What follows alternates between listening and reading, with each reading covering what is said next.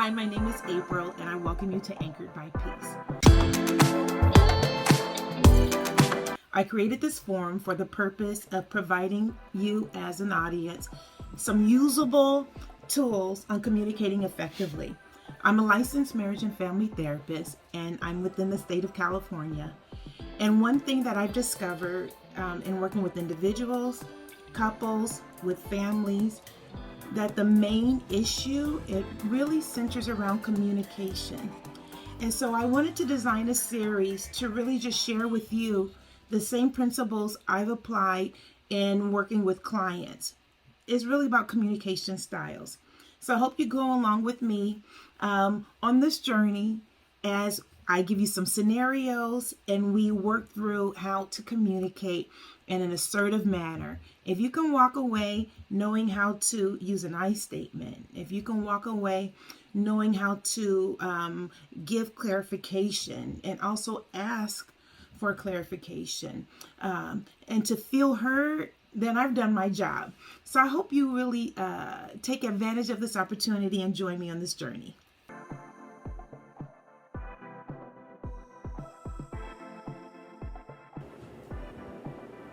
Hello, it's been a minute, but I am back.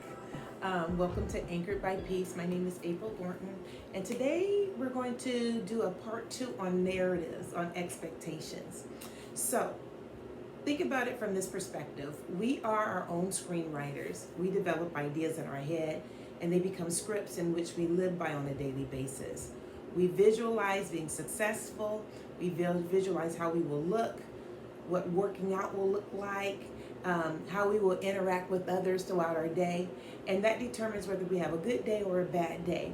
If we envision having a problem with our boss that day, then our mood will be impacted. But if we visualize having something fun like a potluck at work, that will also impact our mood for that day, because we have a visualization as far as what that looks like. So let's just take that further, okay? The issue is that no one else has the script, which is why I've been focusing on communication skills. I know it sounds ridiculous, but when people don't respond in a way we want them to respond, we feel some type of way about it. So today we will focus on how assumptions lead to problems, and more problems. Imagine you are dating someone and you're smitten by them. The way they talk, the way they pay special attention. They are filling in the check boxes you've created and you didn't even have to tell them, right? Now pause. I want you to know that they themselves have also had a script for the day. They knew how they would speak, the tone they would use, how they would be attentive and smile and laugh at the right moments. So you jive, there's synergy, there's hope. But we all know that there may have been some assumptions that made that day successful. After time, the script changes and everyone is not notified of where things stand. For instance, women may feel that if there's a connection, that there will be consistent communication.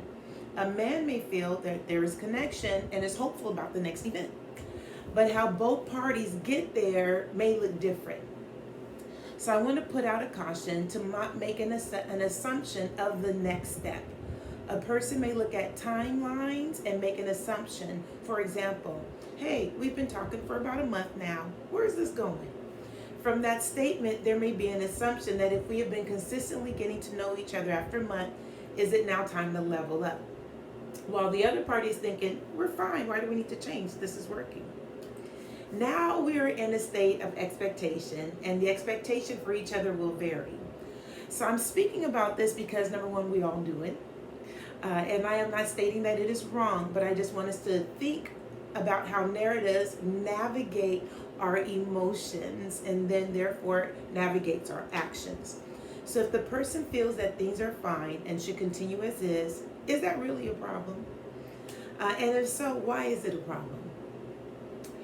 This is a question that comes out. What are your expectations? When asked, you know you don't really want to be brutally honest, although from stories I've been hearing lately, people are learning to do just that in these times. So the passive person will respond to the statement by saying, look, I just want to get to know you. I enjoy hanging out. And the other person will respond, cool, that sounds fantastic. But if the passive person was honest, they would really respond by stating, if we have a connection, as we get to know each other, I would like for us, without hesitation, to date exclusively. Fear may be a reason why this may not take place. In other words, the what ifs come into play. So what if I say dating exclusively scares them away? Well, let's answer that. What if dating exclusively did scare them away? If that is what you want and it doesn't work for them, then what is it that you need for you to be okay? Fear provokes all sorts of anxiety, but it only imprisons ourselves. It holds us hostage from getting what we want and what we really deserve. So my goal for you is to push through fear and to ask for what you want. Now, that leads to the second part of this conversation. Is what I'm asking for reasonable? So you may have unreasonable expectations.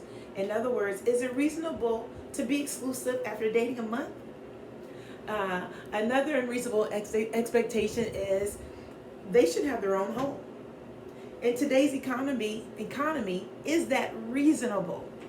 I live here in Southern California, and we know rent is ridiculously high. So to have a roommate or to live with family may actually be a wise financial move. And also, let's not forget about these prices of gas. Well, some of you are paying. I'm not paying for gas anymore. But do you have an expectation also with physical features? In other words, are you limiting yourself to one ethnicity or to a person's height? And what's the reasonable explanation for this? Is it because, well, I only find them attractive? Is that really the case? I want you to really think about that. Think about what your expectations are of who you find attractive, and is it reasonable?